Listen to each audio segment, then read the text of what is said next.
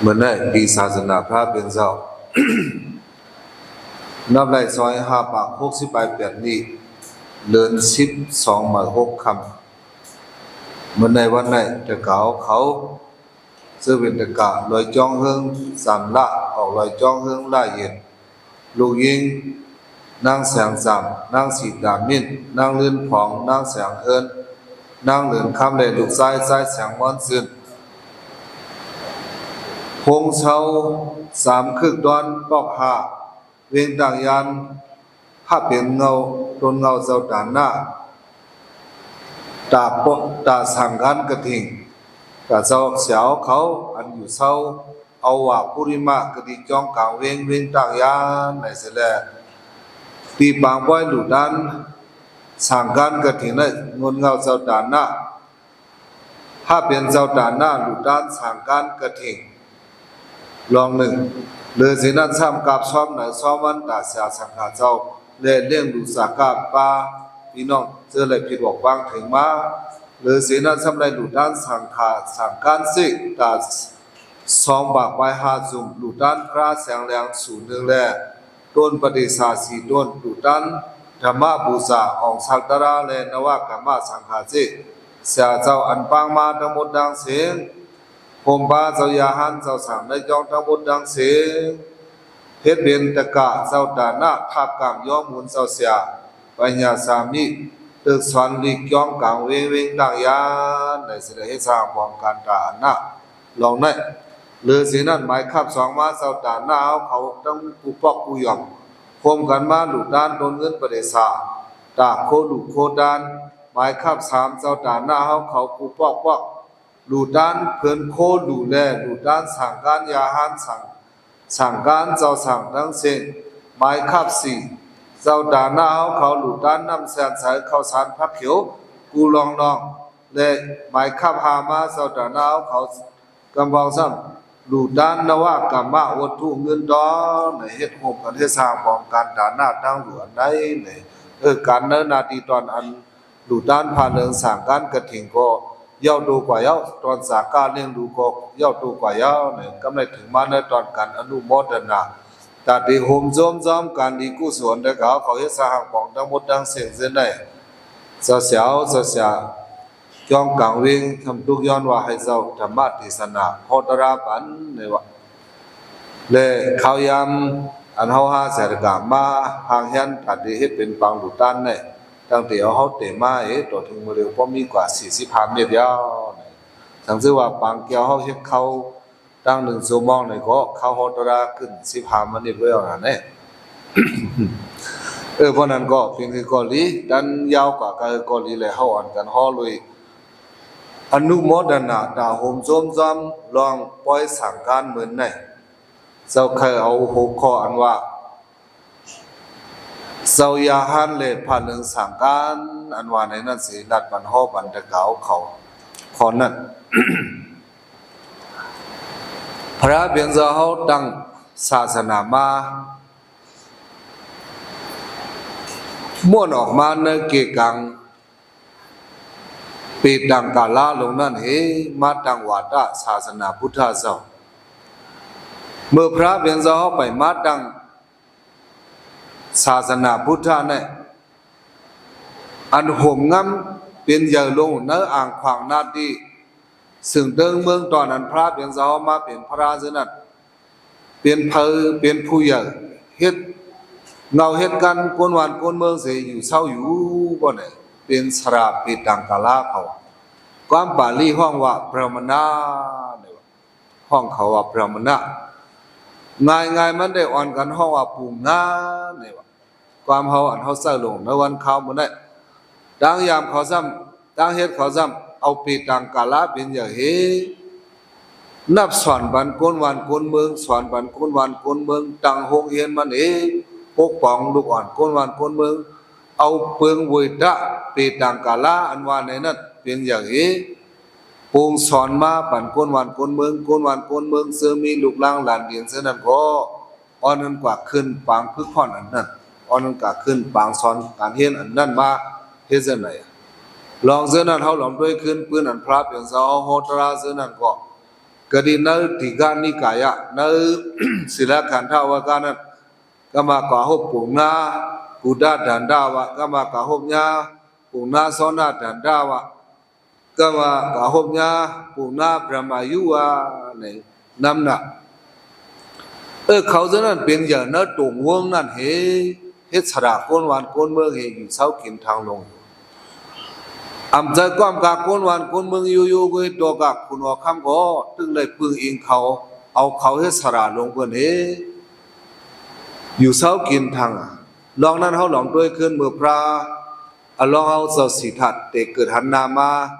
เกิดยาวันเหลือน6 มนวันไหนแลล้วนใจก็เนี่ยเตมีและขนาดเสื้อหือลองขึ้นเยอะเมื่อสูงเมื่อนามันเดี๋ยวเป็นเสื้อหือลองตกแต่มันเดี๋ยวมีเสื้อหือลองอยู่เช้ากินทางมันแต่วันข้าวเมื่อนั้นเดี๋ยวเป็นหือมีหือในคุณหอกคำเลยพิบอกสระปีดังกาลาปุ่งนาหลงเสื้อนั้นมันนับสอนลองว่าพระลองเดี๋ยวเป็นหือมีหือในนั้นลองด้วยเสื้อนั้นก็ซ้ำเลยพูดถึงว่าสระเวดะปุ่งนาหลงเสื้อนั้นโตกาคุณหอกคำกอดตั้งไรปืนเขาเนี่ยไรหันเส้นนั้นมาพระเป็นเจ้าเป็นพระมาเนี่ยเป็นมาเนเกวงกลางเส้นนั้นอย่างมาเนเกอันนั้นถึงที่พระเป็นเจ้าแก่งกำทุกราชริยาเข้าดัง6 ปีเสียเป็นพระมายาวในก็พระเป็นเจ้าได้สุขยันเนือมากลางแปดเบืองเอามากลางแปดเบืองสัมมาทิฏฐิสัมมาสังกัปปะสัมมาวาจาสัมมากัมมันตะสัมมาอาชีวะสัมมาวายามะสัมมาสติสัมมาสมาธิใน8 ข้อนั้นเฮ็ดเป็นหลักนำสิสั่งสอนป้อนอ้อยโกนวันโกนเมืองมาอิงเนื้อเลยมากลาง8 เบืองนั้นสิตั้งมาสิกขา3 เบืองอแก้งตั้งยาม3 เบืองศีลสิกขาสมาธิสิกขาปัญญาสิกขาเนี่ยพระเป็นเจ้ามัดตั้งสิกขาตัดได้ย่างไปแก้งกำจำเส้นดาสายดังมากลาง8 เบืองนั่นมัดดำสิกขา3 เบืองเอาสิกขา3 เบืองนั่นดำวางสั่งสอนลูกน้องตะเปมาดังเดียวที่ปัดดาวกีเปิ่นเจ้าวกีเขาเจ้า5 เจ้าเจ้าก้อนหนึ่งเนี่ยเจ้าว่าป้าเจ้าปัตยาเจ้ามหานะเจ้าอัสสิเขาเจ้า5 เจ้าเลยมีลูกน้องตะเปพระเป็นเจ้ามาตั้งนำตั้งหลายถึงมาในวันเข้ามื้อไหนมื้อใกล้เข้ายามเข้าสิมนั่นเจ้าลำด้วยเจ้ายานสังขาวเขาเจ้าอันมาโฮมเข้าสิมตีเนกยองกลางเวียงทางยานมื้อไหนมี70 ไปว่าตีในก็น่ะต่างที่สี่แลนต่างวันต่างเมืองก็มีทางตั้งนำตั้งหลายสังขารลูกน้องตะเปสัพระเป็นเจ้าเท่านั้นในวันเข้ามื้อไหนอ่อนกันห้องว่าเจ้ายาหานนี่ว่าเจ้ายาหานเท่านั้นไล่ลูกดีเพราะว่าเสื่อหือตั้งแต่เปลี่ยนมาล่ะลูกดีต้นเจ้าเจ้าเก่ายอมหับพันดีข้อสั่งความสอนพระเป็นเจ้าพระเป็นเจ้าตั้งมากลาง8 เบืองสิกขา3 เบืองสิปกป้องศาสนามายาวในก็ควรเขาซื้อนับยำหันดีเจนั่นอ่อนกันไหลเข้ามาในศาสนาพระเป็นเจ้าเสมาลูพาเรื่องสังการเลยเจ้ายาหานอันว่านั้นจังค่อยเตมีมาเมื่อเตมันได้มีมา5 เจ้าคุยสีดาก็ถึงมาในวันเข้าเมื่อไหร่เด้อ่านหมื่นอ่านแสนมาแล้วเจ้ายาหานอันว่านั้นมีดังนำดังหลายในกาเจ้ายาหานดังนำดังหลายฉะนั้นเปิงอันเลอันอ่อนกันห้องว่าเจ้ายาหานในอยู่นั่นเจ้ายาหานอันพระเป็นเจ้ามักมันไว้ยอมหับไว้นั่นเป็นเจ้ายาหานอันเอาญัตติสรุตะกรรมวาสาเนี่ยเปลี่ยนสร้างเนื้อสิมมาแต่เดียบสร้างลอง1 ป้าเปลี่ยนสร้างมานั่นก็สมาลุเจ้ายาหานแทง10 ป้าให้ก่อนจงไว้เด้เนี่ยเจ้าสั่งลง1 ป้ามาเปลี่ยนสร้างอะไร1 ป้าเฮ็ดจังได๋เปิงเนี่ยให้บ่เปลี่ยนยาหานมา1 ป้านั่นเป็นเปิงอันนั้นแล้วบ่เปลี่ยนเจ้ายาหานเนี่ยนั่นในสิกขาบทพระเปลี่ยนเจ้าเฮาตั้งวางไว้อันเป็นสิกขาบท2 ปัก27นั่นไหนก็ไล่อ่อนกันแก้งกำซ้อมพวกแก้งกำซ้อมสิกขาบท2 ปัก27นั้นก็มักมันว่าเป็นเจ้ายาหานตามถูกเจ้าก็มักมันว่าเป็นเจ้ายาหาน10 ป้าอันยาให้มันเจ้าขึ้นมาเป็นมูลสร้างนั่นก็เป็นยาหานกว่าเขานั้นเขาในเนี่ยมักมันดีนี่งามๆนี่แหละ เฮาเป็นยาหันมาเนี่ยมีมาซึ่งนั่นเจ้ายาหันอันว่าเนี่ยและเจ้ายาหันดังเสื้อดังမျိုးก็ซ้ำมีแถวนั้นก็ว่าเจ้ายาหันดังเสื้อดังမျိုးอันว่าเนี่ยมังမျိုးก็มีมือปานพระเป็นเจ้าตึกมีอยู่ในเมืองคนกันนั่นเว้ยเจ้ายาหันมีในในปานพระเป็นเจ้าตึกมีอยู่ในเมืองคนนั้นโอวาทปฏิกหนุปสัมปดาวะเจ้ายาหันหับถอมโอวาทข้อสั่งคำสอนพระเป็นเจ้าสิเป็นพระมาเอาเป็นยาหันมาวันอัมดับรู้เลยเข้าสิมทั้งอัมดับรู้เลยยับกมัวจ่าสังพระเป็นเจ้าปันโอวาทว่าอันในพิจารณาอย่าไปเฮ็ดอันในได้ถูกแล้วในเสียไปให้มาถึงตามดูพระเป็นเจ้ากว่าหับกำเหลียวเพราะว่าตามดูพระเป็นเจ้ากว่าหับได้สองสหบยากันซ้อมตาซ้อมดาวในก็กอดได้ต้นไม้ตีหนึ่งเฮกับปันโอวาทผู้ปันโอวาทตีหนึ่งก็เกื้องก้างเอาห้างพังเครื่องนุ่งตั้งไว้โกนเฮือนมันเจ้าหายกว่าให้แลเป็นเยี่ยนเป็นผ้าเหลืองสั่งการซับตัวซับหางมาเลยทาหูก็อันดับเลยเสื้อเผทาหูก็ทากว่าหังเวยกำเดี๋ยวยอดตูดิงามาถึงทีนู้นนั่นเพราะนั้นซึ่งเป็นเจ้ายาหันโอวาทปฏิเกินุปสัมปทานแทงเจ้ายาหันမျိုးหนึ่งซ้ำอันเฮาหงลือโลกนั่นเป็นมาเจ้ายาหันเอหิภิกขุลูกดีพระเป็นเจ้ายุคแขนเปลี่ยนมือเสียห้องว่าภิกขุยาหันเวยเอหิมาเลเอหิภิกขุยาหันเวยมาเลพระเป็นเจ้าว่าไหนกว่าเฮเป็นยาหันมาเจ้ายาหันမျိုးนั่นก็อัมดับรู้เลยเข้าสิมยับสร้างสังลูกดีนำกัดตั้งยำส่วนดูเขาเจ้าสร้างบารมีมาแต่มีส่วนเป็นมีส่วนตาเป็นคืนเป็นเจ้าเอหิภิกขุมาเลเป็นยาหันเอหิภิกขุมีส่วนเป็นเอหิภิกขุเสดาก็เพราะว่าหกทุมยาพระเป็นเจ้าก็ซ้ำเป็นยาหันไรหนังเก่าเห็นไหมย้อนนั่นแหละเมื่อสร้างบารมีมาแล้วเขาดังสัมสราก็โลสร้างบารมีแต่เรย้อนขึ้นเป็นเอหิภิกขุก็โลภะเกิดหกทุมยาพระเป็นเจ้าอันตึกมีสายเสยอยู่ในเมืองคนก็ซ้ำโลภเป็นไหนโลซึ่งนั้นอันนั้นก็เพราะว่าเป็นยาหันมาเพราะไหนสิเป็นมาเอหิภิกขุเนี่ยเป็นเจ้ายาหันมาแถมမျိုးหนึ่งเจ้ายาหันမျိုးหนังนั้นน่ะสร้างบารมีมานั้นเมื่อเข้าดังสัมสราเข้าดังสัมสราสร้างบารมีนั้นยามเลยลุปริขราเปียดเปืองมาเลยหู้ซึ่งนั้นเพราะว่ายามเลยลุปริขราเปียดเปืองมาว่าได้ตึกที่ว่าเจ้าของกรุบทมยาพระเป็นเจ้าเนี่ยก็เพราะว่าพระเป็นเจ้ายุคแขนเปลี่ยนมือสีห้องว่าเอหิภิกขุยาหันมาเลยเนี่ยก็เครื่องก้างเอาหางผังก็เลื่อนหายกว่าสิเลยเป็นยาหันมากำเดียวเนี่ยว่านั่นเจ้ายาหันမျိုးนั่นพวกควรสร้างบารมีมาในเขาดังสัมสราเลยตอนยามเลยลุปริขราเปียดป้าว่าไหนได้ก็เป็นเอหิภิกขุเลยนี่ก็ซ้ำว่าตอนเจ้านั้นเขาหลอมด้วยขึ้นดีปาหิยาดารุสิริยามาหุบญาพระเป็นเจ้าถอมตราปรอนอีหนึ่งเป็นยาหันตากว่ายอกสั้นทานมันมากงานโผงานอันว่าเนี่ยหยับเย็นสังจ้างกำไรง่ายๆถอมตราปรอนอีหนึ่งตามดีพระเป็นเจ้ากะขนาดหนึ่งเว้ยพระเป็นเจ้าโหตราปอดโยโย่อันปันมันขนาดก็มันเจ้าก็ป่องใส่กว่าลีงามๆเห็นเลยเครื่องกลางหับไหลเจ้าสาวดาปฏิมาสาวดาปฏิโภสักการะกามิวาสักการะกามิโภอนาคามิมาอนาคามิโภอรหัตมะอรหัตโภเป็นยาหันกว่ากำเหลียวเห็นไหมยาหันตาเป็นยาหันตากว่าเวกาเครื่องนุ่งดังไว้ซ้ำไปเลยนุ่งสั่งการ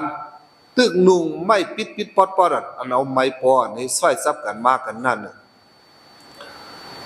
เครื่องนุ่งดังไว้อันต้อนจับตัวซับหางนั้นก็อิงเลยเฮ็ดก้นกล้ากว่ากล้าซ้อมผังน้ำอย่าน้ำลงเห็นเลยเฮิงกว่าปีนเผือเฮิงปีนมาในก็เฮิงก็ก่อยกุนก้าทางขายก็ลู่ซุ่มเครื่องนุ่งดังไว้ก็จับตัวจับหางการขึ้นผังน้ำมาเลยมันยาพวกเราเขาเสื้อทางอย่าหันดีเพื่อนว่าป้อมนุ่งโคเนี่ยเป็นหันด่าเนี่ยนั่นเองมันยาคนจุ่มนั่นพอมันยาคนจุ่มนั่นก็คนจุ่มนั่นอ่อนกันหันดีว่าพวกกูก็ได้มีอะไรนะเครื่องนุ่งดังไว้เครื่องเสื้อดังตื้อพิสิโคของต่างเสื้อดังမျိုးอย่าเพียงว่าตอกาเครื่องนุ่งดังไว้ก็ซ้ำพ่อมีเสืออ่อยห้อยติดจับสังหิล่ะเครื่องนุ่งดังไว้ก็นู้วันไหนแหละจู่เอานับยามหันดิ้งเจ้าอ่อนกันกว่าลูกกว่าไว้เพราะเป็นพงเป็นเกลงไว้ลองนั่นเจ้าป่าหิยาก็ซ้ำกินเกี่ยวยาใส่เกี่ยวยาเนี่ยก็ มหาดังเสือดังไล่สังเหรออยู่ไล่นั่นนี่แหละต้นได้ว่าเอาไม่ปิดปอดอ่อนไม่แห้งปิดปอดอ่อนเอาไม้ปอไม้เกวียนจะได้ซอยเห็นนุ่งจับตัวมันเจ้าย้อนนั่นแหละซื้อสวัสดารุซีเรียวะซีเรียเนี่ยซอยดารุเนี่ยไม่ปิดไม่ปอดซอยเอาไม่ปิดไม่ปอดเสียเหตุการณ์ที่อุตตปามันกันนั่นเเนี่ยเจ้าบ้านนั่นถึงที่เปลี่ยนยาหันดากว่ายาวเนี่ยตั้งแต่นุ่งสังการตึกกว่าหาสังการปั้นสกูอันว่าในนั้นก็หาสอบซ้อมกุยยุกยักก็เลยแผ่นปิดแผ่นป้อนมาเย็บสร้อยซับกันพอเย็บสร้อยซับกันเราก็ซ้ำขึ้นย่อมก็เลยเอาเมียวนั่นดินูในก็โวเมลำลงตัวหนึ่งสมาตองเสาเอาสามนิพพานกว่าที่นั้นเนี่ยไงวะเจ้ายาหันอันมีส่วนเป็นพิกูก็มันมีอันว่าในนั้นขนาดหนึ่งเพราะนั้นก็ลองเจ้ายาหันเนี่ยเขามีตั้งนำตั้งหลายเนื้อตั้งนำตั้งหลายเนี่ยเจ้าลัดเนี่ย3 ข้อเนี่ยก็หาหันเถอะเพราะเดหลักคือยาวๆมันเด่นนำหนาละเจ้ายาหัน3 ท่านนั้นเขาว่าเมื่อไงนั้นวาดาปฏิเกินุปาสัมปดาให้เลยภิกขุสัมดังยัตติสดุทากมอสาเจ้ายาหันอันว่าในนั้นอันมีมาต่อถึงในวันเข้าเมื่อไหร่เป็นยัตติสดุทากมอสาเอายัตตั้งกมอสา3 กรรมยับนั่นสิ่งเลยเป็นยาหันมาในกันนั้นเจ้ายาหันเจ้าในพระเบียงสะฮอดตั้งศาสนามานั้นสัมมาอ่อนเฮย่างกรรมศีลสิกขาสมาธิสิกขาปัญญาสิกขาเนี่ยสิกขา3 เปิงในสิกขา3 เปิงนั้นศีลสิกขาอันว่าเนี่ยตัดเต็กเต็งแบบวิติกรรมกิเลสสมาธิสิกขาอันว่านั้นสัมเปตัดเต็กเต็งแบบปริยุทธานากิเลสปัญญาสิกขาอันว่าสัมตัดเต็กเต็งแบบอนุสยกิเลสเนี่ยสิกิเลส3 ท่านวิติกรรมกิเลสปริยุทธานากิเลสอนุสยกิเลสวิติกรรมกิเลสเนี่ยกิเลสอันอิงเลยน้ำเสโลภะโทสะโมหะมานะทิฏฐิสิแลป้อเปิ้นแหมเปิ้นทุบเปิ้นเฮ็ดผิดป้นแปลนตีนมือซบความเมียวนั้นเพราะได้ซึ่งอันนั้นเพราะว่าเป็นวิติกรรมกิเลสป้อมถึงฐานะนี่แหละต้นได้ปุ้นมาติมโหสมมกันนั้นนึงเพราะได้ซึ่งอันนั้นเป็นปริยุทธานากิเลสที่มโหสถก็พูดมาอันนั้นได้ตื่นมีไว้อยู่ในมโหสถคนเนี่ยพอถึงดีตุ้มตัวหลงเนี่ยอายุ30 มื้อ4 มื้อก่อนสักประเดี๋ยวพูดมาเมื่อนั้นเมื่อมันไปพูดนั้นทำห้องว่าอนุสยกิเลสในว่ากิเลสพระเป็นเจ้าหันถึงมี3 ท่านย้อนเบื่อหันถึงกิเลสมี3 ท่านนั้นแล้วในพระเป็นเจ้ามัดตั้งศาสนาก็ตั้งสิกขา3 เปิงตั้งศีลสิกขาสมาธิสิกขาปัญญาสิกขาในสิกขา3 เปิงนั้นซึ่งเขาว่าเมื่อไงศีลสิกขาในตาเด็กเต็งแบบวิติกรรมกิเลสอย่าไปให้ป้นแปลนซบความติดมือต่อเพื่อน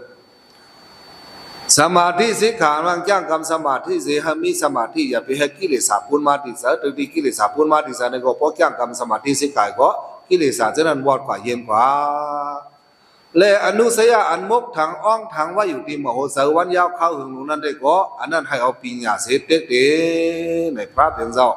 ตั้งศาสนามาซึ่งนั้นเห็นแล้วสอนมาเพราะนั้นก็ย่อยๆยำมันอันพระเป็นเจ้ามาตั้งศาสนาเนี่ยตาเด็ดตึกเพลเนี่ยตาเด็ดตึกผู้เขียนนอกตัวมันจะตาตึกผู้เขียนเนื้อตัวผู้เขียนเนื้อตัวนั้นเป็นเพลเนี่ยเป็นกิเลสโลภะโทสะโมหะมานะวะพระเป็นเจ้าหันถึงว่าอันสุกยุงเต่าเก้าลงซื้อเนื้อโลกาลงเนี่ยมันเป็นโลภะโทสะโมหะละลายวะอันนั้นหันถึงข้อนั้นเขาขึ้นมาหลอมด้วยอันเป็นเส้นนั้นในวันข้าวเมื่อในก็ซ้ำเส้นนั้นอยู่เต้นหนังเขายกดังนั้นสุกยุงดังในสุกยุงในก็อิงเลยโลภะโทสะโมหะเลยตึกกันโตกันพันกันพิดกันมอกันเทงกันของเส้นนั้นก็มันจะเปื่อนจะเผาพ่อหมักดาปิ้งยัดด้วยแต่ก่อนนี่ว่าเป็นข้อนั้นนี่ว่าเป็นซุ้มในในกันนั่นเวลาพ่อเอาหมักดาปิ้งยัดเสร็จด้วยเขาเอาหมักดาปรมัตเสร็จด้วยเพราะไหนเด้มันเป็นเผาได้เนี่ยเป็นกิเลสอันที่รู้ที่ถ่ายลงแล้วโลกันเนี่ยลองนั้นพระเป็นเจ้าหันถึงว่ากิเลสเนี่ยมันเป็นรองผู้ให้เลยหลุดตึกตัวเปรเนี่ยตามตัวเจ้าได้ก็ตึกตัวเป้มาเยาะกำไรลูกน้องเดบิพระเป็นเจ้าซื้อมานุ่งสร้างนักศาสนาในก็ซ้ำขาตึกตัวเป้ซึ่งนั้นเลยเลยสังเสว่าพวกกูเสียเจ้ามานุ่งผ้าเหลืองสั่งการเฮ็ดเจ้าอย่าหันจอมมันเจ้านักศาสนาเยาะพ่อในก็เจ้าเขาซื้ออันมานุ่งผ้าเหลืองสั่งการสิเฮ็ดอย่าหัน คัดใส่หัดตึกดอเป็ดกิเลสเนื้อตัวเนื้อใส่อันจังปูนมาที่มโหใส่ก็หลุดตึกเป็ดปริวฐานากิเลสอันจังปูนเป็นสมความดินมือเลยกับพิษกับป้อกับป้องกับลาเพิ่นฉะนั้นก็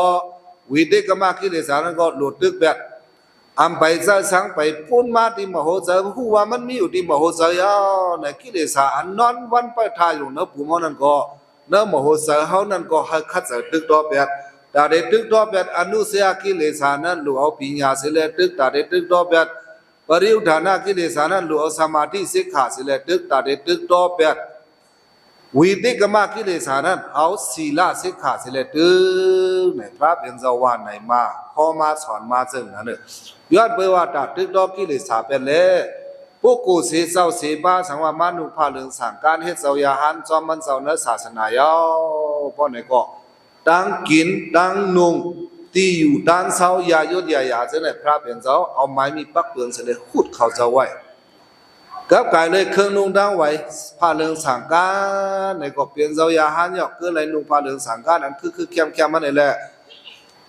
กว่าหาก้าหาขายหาย้อนดีบนดังนั้นดังนั้นตื่นเต็มในเฮ็ดตามทูเจ้าก็ที่เลยเก็บเอาแผ่นปิดๆปอดๆอันเป็นแบบจอม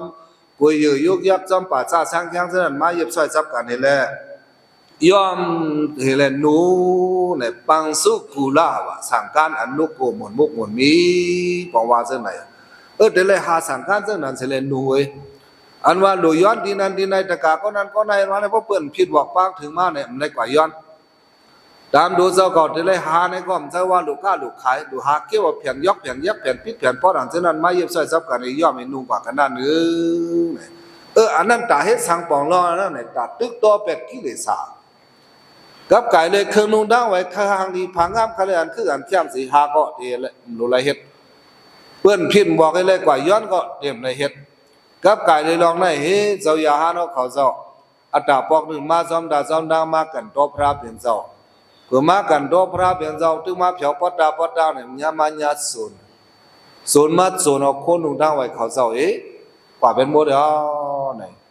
จ้างเฮ็ดสังแล้วมีเครื่องนุ่งดังไว้เสียอีกเฮ็ดนั่นนี่แหละไปลงมาซ้อมดังเสื้อหนังมือเตะเกิดนี่แหละมาทบยาเจ้ายาหันเขาเจ้าเกิดถึงนี้มาทบยาเจ้ายาหันเขาเจ้าในเครื่องนุ่งดังไว้มันจับตัวเจ้าหางเป็นชาเขาจะในเป็นแต่กระตัวนะในทัดด้วยเลยในสัมปันปุนพรเจ้าอุปาลีเลยทัดสู่เป็นว่าด้าเมียวหางเครื่องนุ่งดังไว้ก็นุ่งเสื้อไหนให้หางเลยเป็นมาเสื้อไหนล่ะในขลาดลองปองทางในว่าเขาสมัญญาโสในกระดินันพระเป็นเจ้าวางเขาอำลูเลยเฮ็ดตึกที่ว่ามีสังลาที่นุ่งก็ลูซอยเอาเพื่อไม่เพื่อตอกเห็นนุ่งในว่าในดันนั่นกูเนาะของมือก่อนมือกล้ามันโยนน่ะเพราะว่าอำไรเอาสังการนั้นล้วนเหลือเอาในก็เตือนว่าป้าเหลือสิเมียวไอ้แหลมเจ้าเอาสังนุ่ยเลยป้ามาไปลงมาจอมดังเสื้อหนังมือเกิดนั่นเว้ยในวันนั้นลองเสื้อนั้นมันเป็นสักดิ์ศรีหลักฐานอันว่าอำไรกะหาก้าขายทุกย้อนตามที่เผออันว่าในคอนนั่นเองอิงเนอเลยลองนั่นนี่แหละกับกายเลยลองตัดเด็ดตึกต่อแบบกิเลสาเสลพระเป็นเจ้าสั่งสอนหนังนั้นแหละคือนุ่งตั้งไว้ตัดเจ้ายาหานะเขาเจ้าในมันกับกินขินใจเล็กเก็บมังเตว่าแล้วในเจ้ายาหาหนึ่งป้าตึกที่ว่ามีตะกาเขามาดูมาด้านในก็สั่งการอยู่เลยก็นุ่งไรนี่พระเป็นเจ้าสมวาเจ้าไหนสั่งการคือเข้มก่อนนุ่งไรเพราะมีตะกาดูตะกาด้านเวลาสังเสว่ามีตะกาเตลุเตตานพอไหนได้ก็ลูหาสังการปั้นสกุลวันนั้นนูไว้กันนั่นแล้วในสังการนูไว้อยู่นั่นเมื่อพ้องเข้าสิมนั่นสังการเดลัยป้าสามผืนไว้สังการโกบสังการแล้วสร้างเปิงเนี่ยสามผืนอันนั้นซ้ำเดลัยต่างอธิษฐานสิเลนนุ่งกับกายเลยสังการโกบเนี่ยก็อิมังสังการดิอธิษฐานมิสังการก็มันได้คาราเบลต่างอธิษฐานสิยิบดื้อติขากับกายเลยสังการแล้วเนี่ยก็อิมัมอุตราสิงกรรมสังการแล้วเพื่อนได้คาราเบลต่างอธิษฐานสิยิบดื้อติขากับกายเลยสร้างเพื่อนก็ตอนนั้นก็อิมาอันตราวาสกรรมสร้างเพื่อนได้คาราเบลต่างอธิษฐานสิยิบดื้อติขาเนี่ยอันว่าต่างอธิษฐานนั้นบอกว่าสังอะไรเดี๋ยวไว้นำนักสีนุ่งไว้กว่าวันเลยอัมปันผัดตัวผัดทางสีบอกกว่าเลยไปเลยก็ตื่นเดี๋ยวเลยป้าคือกับเกียมตัวอยู่ตาสีมิวนั่นบอกว่าอธิษฐานไว้นำนักโคของเจ้าเขาสียิบตื้นเนี่ยพ ระเป็นเจ้าสวนมันเจ้ายาหาเขาเจ้าเนี่ยตื่นป้ามาคนน่ะไว้โคเลี้ยงหมักมีหมักเมื่อที่นั้นก็ป้อนหนึ่งที่ไหนก็พื้นหนึ่งว่าเมืองคำเมืองแล้วเมื่อนั้นแหละพระเป็นเจ้าเกี่ยวสังการอันต่างอธิษฐานอันว่าไว้นักเสียยิบตื้อนั่นสิบิดก็ป้าเวกับเบี้ยวเลยก็หลีโคนนวลเจ้าก็ต่างอธิษฐานเสียยิบตื้อนั่นเนยข้าวยามเมื่อนอนกลางค่ำกลางคืนเปลือยมันเมื่อนาเมืองสำแดงผ้าสำหูเมืองสำปางนั่นเตเลยเนยมีไว้เนยวงตีนอนเจ้าก็สู้ยืนมือหัตถปัดเตเลยมีกันนั่นว่าพวกนี้นั่นกว่าเนี่ยเตเลยถูกอาบาสังการก็เตเลยพาบันเบินแปดบันเบินสำวาเส้นไหนเอาเปลืองให้พูดไว้เจ้ายาหันเขาเส้นนั้นมันเป็นตาตึกดอกกิเลสาทางตาหนึ่งก็เป็นตามีไม้มีปักเปิงเฮ็ดจังไหนย้อนเบิดทบดังหยาบดังพื้นนั่นหนังนั้นแหละกับกายเลยสั่งการให้อำไรยิบอันล้นอันเหลือเพราะว่ายิบอันล้นอันเหลือมาในก็มีสั่งการแต่กาเขามาหลุมาตาในก็เดี๋ยวเลยสุ่นบันเปิ้นสุ่นบันเปิ้นต่างเจ้าต่างบ้านนั้นก็สุ่นมาเฮ็ดโคกองสังขารในจ้องเพราะสุ่นบันเปิ้นสังขารในจ้องในก็ซ้ำเดี๋ยวเลยเฮ็ดวิกปัญญาวิกปัญญาวันนี้หาล็อกไล่ไว้วางมันเสร็จเลยไว้ปองวาเส้นไหนอันว่าวิกปัญญาวันในนั้นอิมังสังขาติงสังขารวิพื้นในคาราเบียวส่วนบันเจ้าเขาลูบันเจ้าที่เขาวิกเปมีวิเหตุวิกปนาดบันเจ้าเนี่ยเดี๋ยวเลยกว่าจุดดำดินเจ้ายาหันสิป้าวันนั้นทางเจ้ายาหันป้าอันห้าห้องวิกปนานั้นก็สมามาชามทันกรรมปริพงศาวาวิเศษเสียวายถาปเสียงกระหีสังขารพื้นในเป็นสังขารเขาเจ้าลูกก็เอาเสื้อดื้มใครเสื้อดื้อก็เอาซิมไว้เลยอันนั้นก็ปันเพื่อนเลยว่าในนั้นบอกว่าหาล็อกหาไล่สิซิมไว้สั่งการแค่มีสั่งการหรือเรื่องที่ว่าซิมไว้ก็เป็นโคส่วนกลางกว่าหรือเสื้อดื้อก็เอาเสื้อดื้อไล่ไว้กับเหมือนหนังสั่งการอันตาอธิษฐานเท่าไหร่สั่งการอันตาอธิษฐานนั้นได้ก็ถึงดีผ้าป่างเมืองเลี้ยงนาผ้าเมืองสายมาเอาในก็เข้านั้นมาอย่าไปให้มันผัดตัวเจ้าเก่าในเข้าดังสู่ยืนมือว่าสิปีสั่งการอันตาอธิษฐานไว้เส้นนั้นพระเป็นเจ้าพูดเจ้า ยาหานะเขาไว้เจ้านั่นแหละถึงนางปองนึกพัดดาวกิเขาเจ้าพี่น้อง30เจ้าเป็นเจ้าคือคุณอคำโกศลนุ่งผ้าเลืองสั่งการหับถ่อมตราดำดีพระเป็นเจ้าสีตกบักตกโผบางเจ้าบางป้าก็เป็นโสดาบันบางเจ้าบางป้าก็เป็นสกทากรรมบางเจ้าบางป้าก็เป็นอนาคามเช่นไหนขาดยานพระเป็นเจ้าเสียเลยกว่าอยู่กว่าเช้าต่างที่สี่แลนเอาวะออกว่าออกกรรมายาวหลุมาสู้พระเป็นเจ้ามากันทบพระเป็นเจ้ามาหุบทบพระเป็นเจ้าเสียแล้วมาสู่เจ้ามาย้อนกรรมฐานด่าเขาเจ้าได้สืบจ้างกว่าวันเข้ามือนั้นได้เลยจ้างซึ่งหือในพวกไว้ว่าไว้กรรมในเจ้ายานเขาเจ้ามีเจ้าเลยสิ่งเลยก็อ่อนกันมากันทบมาหุบมาทบพระเป็นเจ้าอย่างไรนั่นเมื่อปานพระเป็นเจ้ามีตื้นอ่อนกันเฮ็ดซึ่งนั้นเขาเจ้า30เจ้านั้นก็สัมมาเพื่อมาจอมดาจอมดังโพนงสัมหายานะที่เหมือนเรื่องเมื่อเหลียวในโยเขาลามโดยโพนงมาในก็เครื่องนุ่งดังไว้เขาเจ้าก็มีอันล้นอันเหลือเลยผ้าโพนงย้ำหยดหยดมาเพื่อมาเผาในจ้องสีดวนยอในก็มามีปันสั่งการเขาให้น้ำมันแห้งให้น้ำมันหายนุ่งผ้าเหลืองสั่งการเขาเจ้าอันเขาเจ้าป้ามานั่นเห็นเลยขึ้นกับทบพระเปลี่ยนเจ้าเฮ็ดจังไหนเฮ็ดสั่งเลยสั่งการต่างพื้นบ่มีล่ะในก็เพื่อว่าจ้างกรรมที่สีวริจ้างกรรมนุ่งผ้าเหลืองสั่งการ3พื้นก้อยเหลือนั่นมีอันเหลือสิ3พื้นนั่นปันมันมีว่าไหนแลจองก็เปลี่ยนกว่าซึ่งนั้นก็นั้นแลเขาเจ้านุ่งผ้าเหลืองสั่งการย้ำเอขึ้นกว่าสู้กันดอกพระเป็นเจ้าในก็พระเป็นเจ้าลอมด้วยเขาลูกเขาเจ้าอิงเนอเลยเขาเจ้าพี่น้อง30เจ้านั่นเป็นมากกระถิ่งสั่งการพาเหลืองสั่งการสู่เจ้าก็ตุยาขันเสือเครื่องนุ่งตั้งไว้พอเด็กซ้อมหมายมีปักเปลืองเสื้อหนังอันตั้มมากาก่อนป้นขึ้นปลาหลังนั้นได้มันเด็กกับกินขินใส่ดาสู่เจ้าหนาในย้อนนั่นแหละอ่อนกันห้าห้องสั่งการกระถิ่งตำดิตกาเจ้าตาหน้าเขาสิแลเข็นกระถิ่งเสือกระถิ่งผูกระถิ่งป้ายกระถิ่งกว่าหังผางมันคาเลสู่เจ้าอ่อนกันห้ากระถิ่งกันเลยเนี่ยพระเป็นเจ้าคว้างมันที่นั่นเตเป็นมากระถิ่งวะเพราะนั้นก็ปื้นกระถิ่งเตเป็นมาในเป็นมาดำดีเจ้ายาหาเขาเจ้าพัดดาวกี่30 ปีน้องเตมาที่นั่นย้อนเมื่ออ่อนกันนุ่งผ้าเหลืองสั่งกันย้ำลงเห็นมาสู่ดำดีพระเป็นเจ้าเลยพระเป็นเจ้าคว้างมันเขาให้เขาหับกระถิ่งเนี่ยอันนั้นเป็นปืนมันพอเดลาดก็ตัวยาวนะ เขาลาดโยโย่กันนั่นก็ห้านใจเพราะว่าภาพกระถิ่งซึ่งนั้นทำมีน้ำตอนพรดีอีสังลาเนี่ยมีพรดีจากเขาเจ้าหาคออนามันดาสาระอาสมาทานาสาระกันนาโพสนายาวตัทธสีวระโยสัทธสีวรุปาโตโซนิสัมโพอิสติเนี่ยพรดีสั่งกันกระถิ่งเพราะว่าอะไรครับกระถิ่งยาวเพราะอะไรก็พรดีมันมีหากคอเนื้อพรดีหากคอนั้นอนามันดาสาระอัมเลาลาสีกว่าเนื้อคุณเวงก็ไหลว่าไหนเดินดีว่าพอลูกว่าลูกไปมาในเจ้ายาหานเขาเจ้าไหนเดลัยเราลัดกันคาราเบียมีตั้งหลุดเส้นนั้นเส้นไหนเลยดีกว่าเนื้อวานเขาดีกว่าเนื้อเวียงที่เขาเนี่ยเดลัยลัดเส้นไหนสิเล็กกว่าเพราะลัดสิเล็กกว่าในซ้ำถูกอาปามีดังพีเทเส้นไหนย้อนนั้นเลยตอนนั้นก็พระเบียงเจ้าว่าเพราะหักห้องสั่งการกระถิ่งเขาได้อำเล่าลาสีกว่าก็ไล่สมาไหนย้อนบันคอนั้นย้อนบันสิขาผู้กว่าอีกหนึ่งอันว่าหัดตุ้มเตออาปานั้นเตอเพราะอะไรกระถิ่งเขาเนี่ยก็ลาดีกว่าก็ไล่เนี่ยพระเบียงเจ้าจะขึ้นว่าเส้นนั้น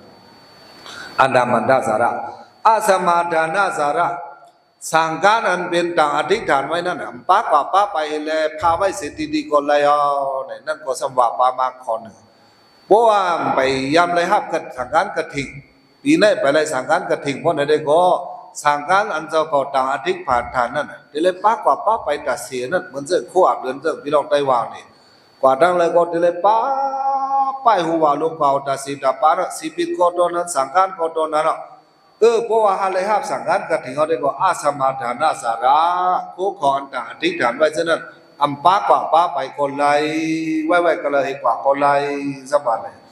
ขอทวนสีสามมาสมัครกันหน้าโพสนะสุ่งไรตั้งกินกันหน้าโพสันวะ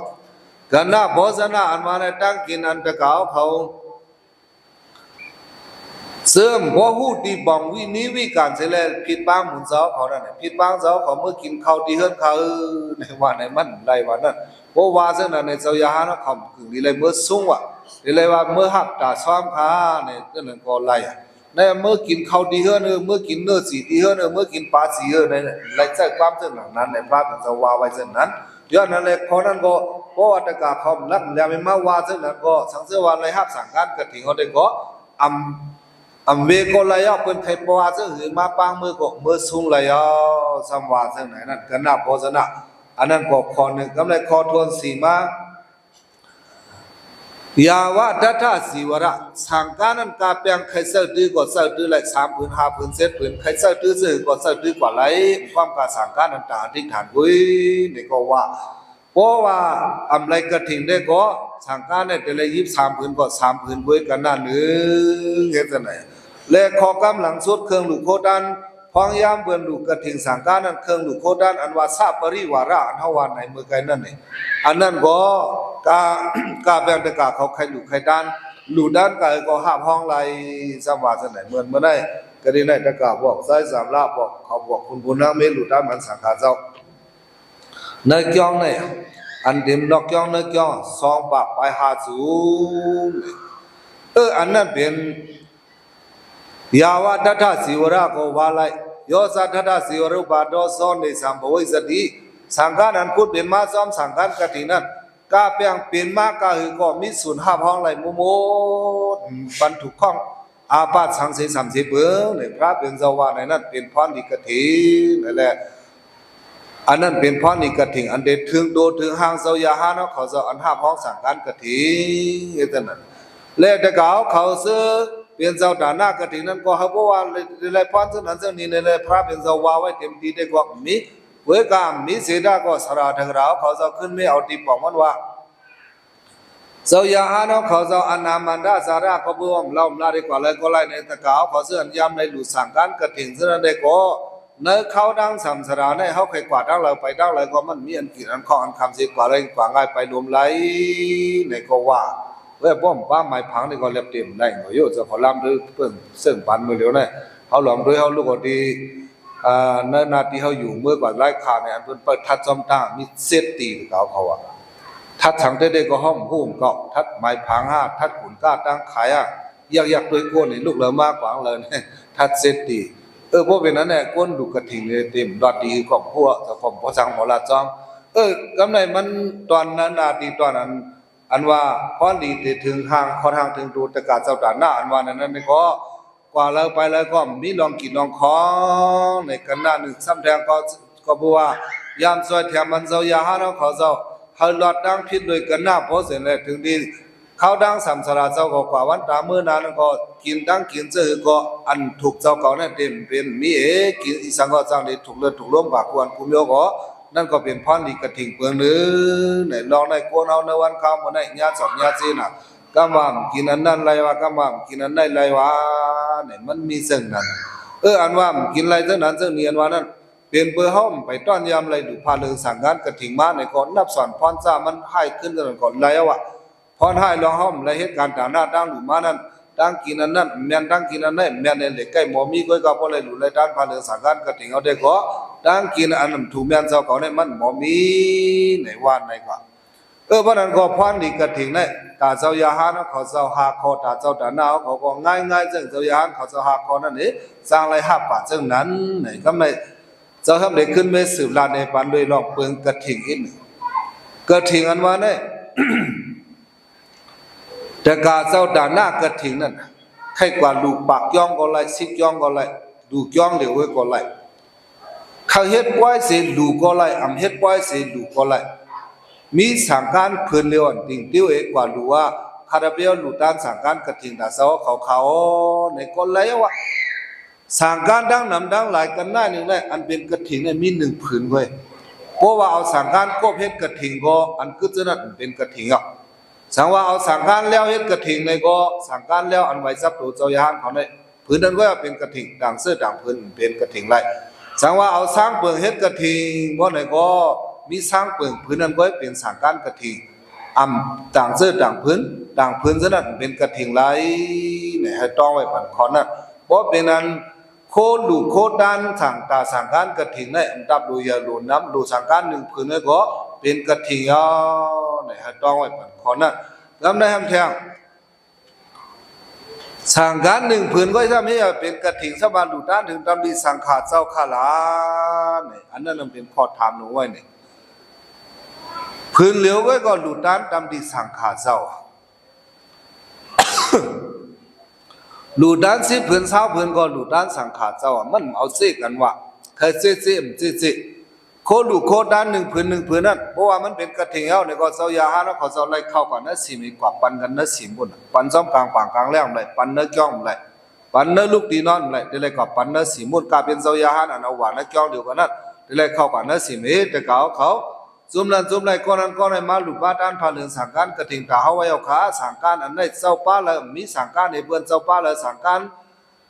มองให้เบื้องเห็นให้เบื้องเว้าเสียเบื้องเก่าให้เบื้องเศร้าให้เบื้องเพราะในก็แค่ดอลูกห้าห้องเอาสิกรรมดีขาเนี่ยเลยกับปันเนื้อสิมบุญ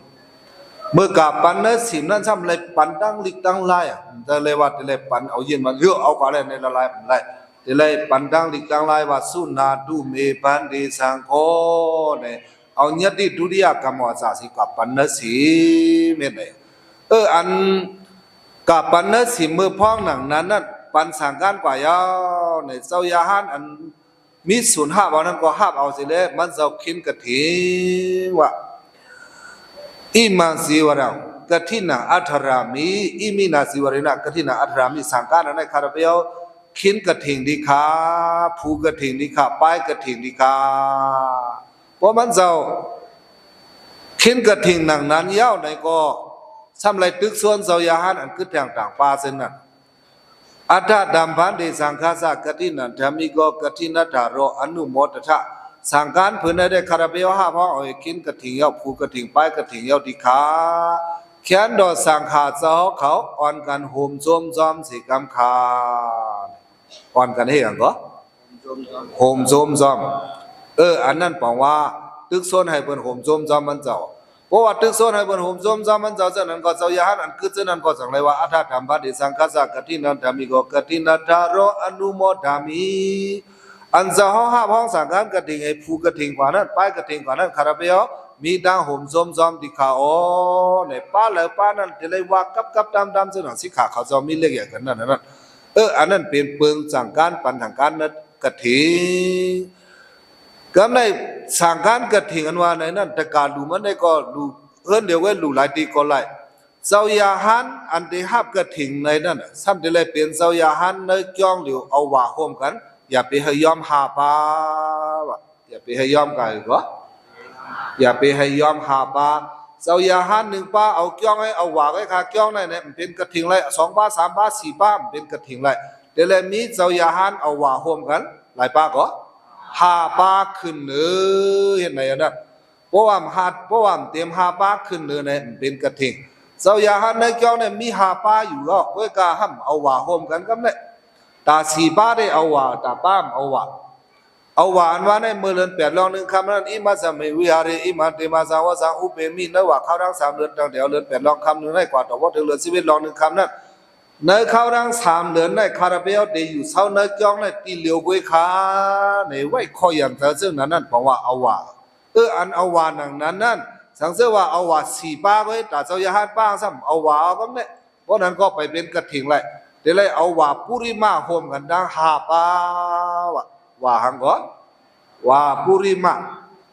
ว่าอ่อนตั้งว่ากำบาลังในเจ้ายาหันเขาจะมีส่วนเอาว่าเมื่อเดือน9 ลอง 1 คำให้ออกว่าเมื่อเดือน12 ลอง 1 คำในมีทางปอกเนื้อนะทุติยาว่านั้นปัจฉิมาว่า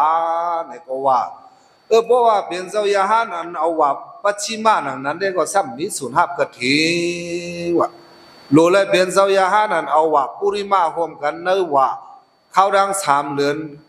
อย่าไปให้ยอม5 ป้าเพราะยอม5 ป้าเป็นกระถิ่งไรเพราะหรือ5 ป้ากว่าได้ก็เป็นสังว่าเมื่อหนังตีนในเมื่อไหนสังขาเจ้าอันเอาว่ากระดิกย่องกลางเวียงในเจ้ายาหันหลายๆมี26 ป้าในรูปเหมือนกันเนี่ยเจ้าถอมเขาเจ้าสังสมามีปาก60 ป้าแล้วในเจ้ายาหันสังขารปังมาทั้งหมดทั้งเสียงสามี50 ไป2 ป้าเนี่ยทั้งหมด2 ป้าไปแล้วนะเพราะเป็นนั้นเนี่ยสังขารปังมาต่างตีเนี่ยเสียงกระถิ่งเหมือนเนี่ยเป็นมาหับสังขารเจกันนั่นเว้ยหลุดด้านกาลัมกว่าจอมเขาคนไรเว้ยก็ให้เอากระถิ่งได้กว่าได้มันไรหลุบันเจ้ากาลัมเจ้าเขาอะไรหลุของการกระถิ่งได้หลุบันกว่าจอมเจ้าสังขารปังมาจะนั่นเป็นสังไรเว้ยสังขารกระถิ่งอันหลุดเมื่อได้ตีไหนได้ก็ตื่นว่าเสียงเจ้ายาหันเขาเจ้าอนาวาปุริมาเนวางจอมกลางเวียงในตีเหลียวกุ้ยในก็เฮาต้องไว้ปั่นเกิมเต้านำด้านความกับการดีกระถิ่งเพราะนั้นก็เจ้ายาหันเขาอนาวาเนวางจอมกลางเวียงตั้งยานจะมีสมามีเป็น26 ป้าสังการมีผืนเดียวในเดหรือเสกันลองนั้นโลหกแสงต่างมีเปิงลงในพวกเขาเจ้ากับปันนั้นสิมันมันเสียงเขาเจ้ากูป้าผืนนั้นเจ้าป้าเลยมีสังการเห็นเปิ้นสังการเห็นสังการมองเสียเปิ้นเจ้าป้านั่งแค่นอนลูก5 พอเสียกรรมดีคาในเพราะสังขารเจ้าปืนเผาหนังในเพราะไหนถึงเจ้าป้าเลยวัดสังการเดือเปิ้นคานเจ้าสังการเดือเปิ้นว่าเจ้าป้านั่นติลูกหัก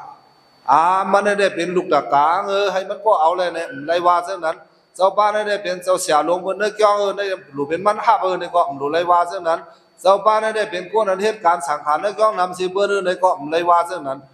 เพราะว่าเจ้าป้าเลยมีสังการให้เปิ้นสังการขันเสลือเปิ้นแค่ดอก5 ห้องเอาสิกรรมขาในต้องใส่กว้างต่อกันใส่กว้างต่อกันจองดีอ้ามดีอ้ามอันนั้นเป็นเปิงปันสังการอันว่ากะทิหน้าในนั้นก็มันบอกว่าดีอ้ามบอกว่าในเอานะกะทิหน้าในบอกว่าหังก็ดีอ้ามอันดีอ้ามในนั้นก็มันกล้าเหมือนเรื่องปันกันก่อนแล้วสิมเยาในก็แค่ดอกเจ้าเขาโจมสีกำขานมาทึกส่วนให้โจมนั่นน่ะจองดีอ้ามดีอ้ามก็สอนแต่กันด้วยทั้งหมาทั้งแมวเขาแหละซ้ำแทงคนบีดังหูเขาแหละหมาแมวเขาว่าเอาเนื้อนึกวัดถึงมันเข้าไปในต้องเขาที่โจมกันโจมเสร็จก็ที่มโหสถมาเขาแมวเขานั้นมันมีสัทธรรมะมันมีดังหูตราผู้ดีคนแบบเขาเจ้านั่นแหละเพราะว่ามีส่วนไรส่วนเป็นมาเสียนเสียแมวก็หูว่าหิมกันไว้ว่าต้องเจอนั้นน่ะนั่นเป็นมาเป็นแมวเล็กกว่าเขาอันมีดังหูก็ต่อซ้ำนั่นก็เพราะว่ามีส่วนไรส่วนเป็นมาอะไรได้ก็ถึงไรถูกไรได้ถ้าพอก็ลูกขลายกูก็หิมกันนี่แหละใกล้มีเท่านั้นล่ะอันนั้นมันจะมีดีอามโยอันว่ามาหลุมาด้านพาเดินสังขารกระถิ่งดาเจ้ายาหันเขาเจ้าได้ก็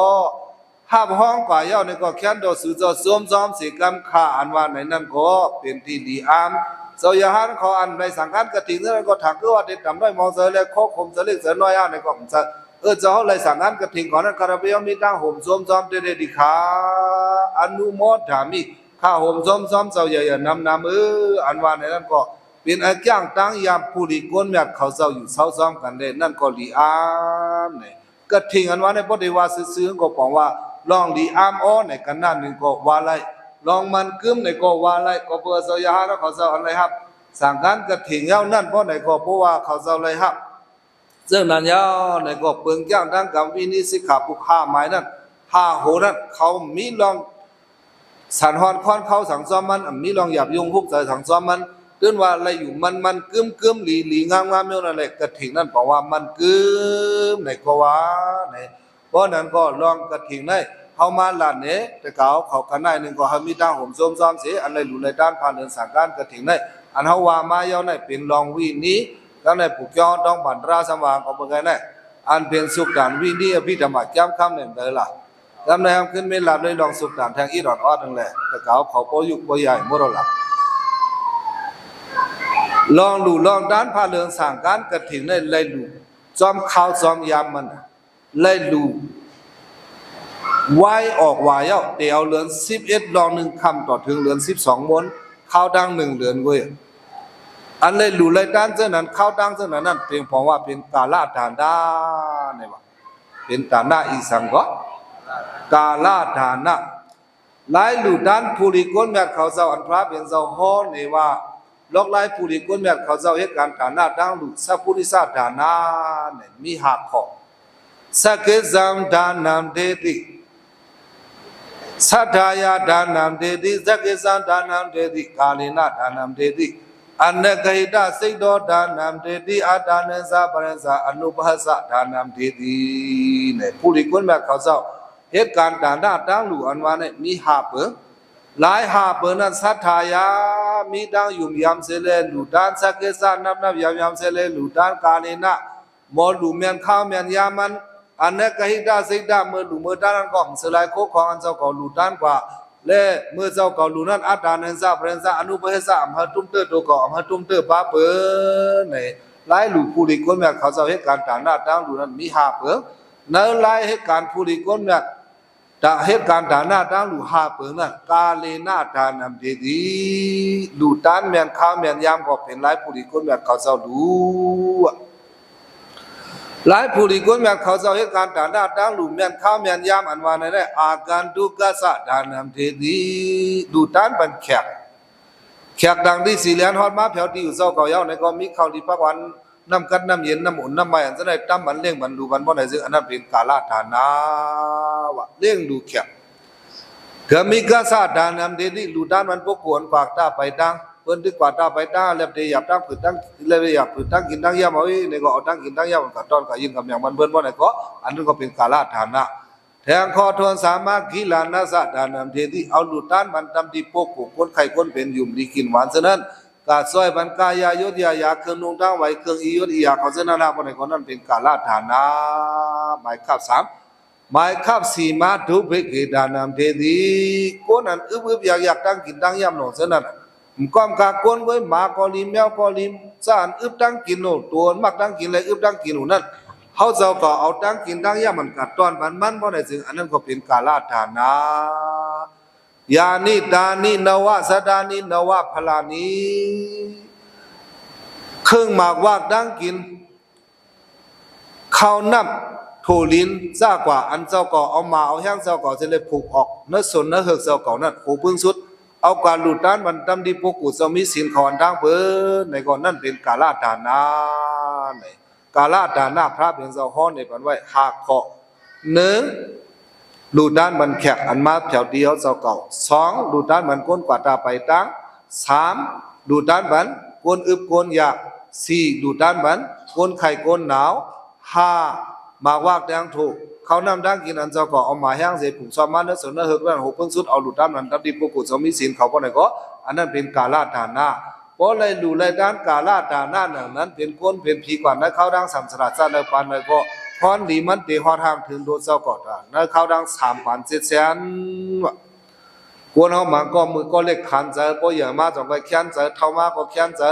มันก็มาแล้วซ้ำมือเล็กคำแค้นเจอเปิดเรื่องนี้อย่างมากาสูงมาซ้ำขามักเรามักใหญ่ก็เอาขันเจอกับก็เล่นเลี้ยนวันไหนจะได้มันเป็นเพื่อกาลฐานะเขาสุดยอมมาพ ราะว่ากาลาดานาเขาสุดยอดหมดเลยก็3,700,000มักมีเพ่งกันเพราะคันใส่มือเล็กก็จังคันใส่มือเท่าอำนั้นก็มือเข้าสังเกตว่ากาลาดานาเจ้าก็ยามมีมาเมื่อเจ้าก็เหตุการณ์ดานาทั้งหลุดนั้นเป็นกาลาดานามาเพราะไหนได้ก็อันนั้น3,700,000เจ้าก็จะเป็นก้นแขนใส่กว่าทั้งสุดทั้งสาในพระเพียงเจ้าห่อไว้ซึ่งนั้นแหละอันเดียวเขาหลุดด้านพาเรืองสังการกฐินในก็มันเป็นกาลาดานาในให้ป่องใส่ซึ่งนั้นเลยโหมโจมจอมการกู้ส่วนเดียวเขาเฮ็ดสร้างป่องเสร็จแล้วเป็นปีติเพราะว่าเป็นปีที่โหมโจมจอมกู้ส่วนหนังนั้นว่าอะไรเสือที่มโหสถเขาได้ส้มยอดส้มแถวที่คือยาวๆเฮ็ดซึ่งนั้นเพราะนั้นก็สะโพธราอันเฮามาลาโดยน้องกฐินกันได้ที่ใดก็ได้เมื่อใดก็ได้ก็ให้มีทหารเสเพียงพอเสียเลยอีกนึงเลยตั้งหลักตั้งห้ออันหามาเฮามาทั้งหมดทั้งสิ้นเสียได้สิให้เป็นทหารนำทหารกองทัพเขาทับสร้างบารมีกว่าวันเข้ามื้อหน้าสิแล